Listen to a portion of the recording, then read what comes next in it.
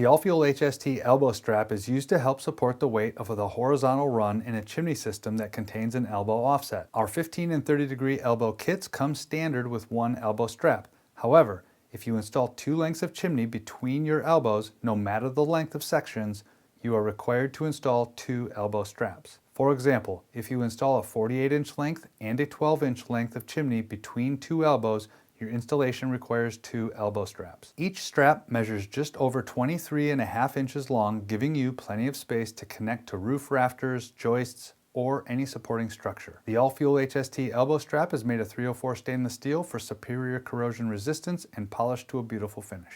The AllFuel HST Class-A double-wall insulated chimney system is designed for appliances that are listed for use with a 2100 degree high temperature chimney, including wood stoves, fireplaces, fireboxes, furnaces, boilers, water heaters, pizza ovens, and other appliances fueled by wood, gas, coal, or oil. This insulated chimney system requires a 2-inch clearance to combustibles and can be installed in through the wall, through the attic, multi-story, cathedral ceiling, and roof-supported installations.